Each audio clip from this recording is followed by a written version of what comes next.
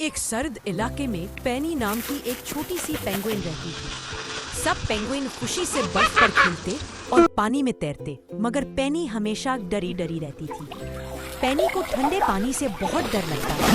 वो चाहती थी कि अपने दोस्तों के साथ तैरे, मगर उसकी हिम्मत नहीं होती थी।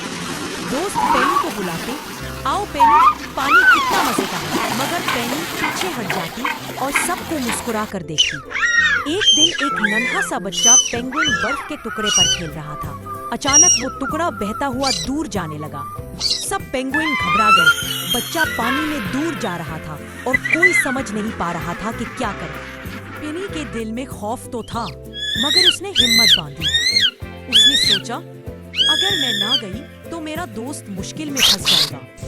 पेनी ने एक लंबी सांस ली और जोर से छलांग लगाकर ठंडे पानी में कूद गई। पेनी तेजी से तैरते हुए नन्हे पेंगुइन तक पहुंची और उसे आहिस्ता आहिस्ता वापस किनारे की तरफ धकेलने लगी। आखिरकार दोनों महफूज वापस आ गए। सब पेंगुइन खुशी से तालियां बजाने लगे और पेनी को हीरो कहने लगे। पेनी ने सीखा कि असल बहादुरी डर को जीतने में है। अब वो खुशी खुशी अपने दोस्तों के साथ तैरने लगी। Subscribe for more videos.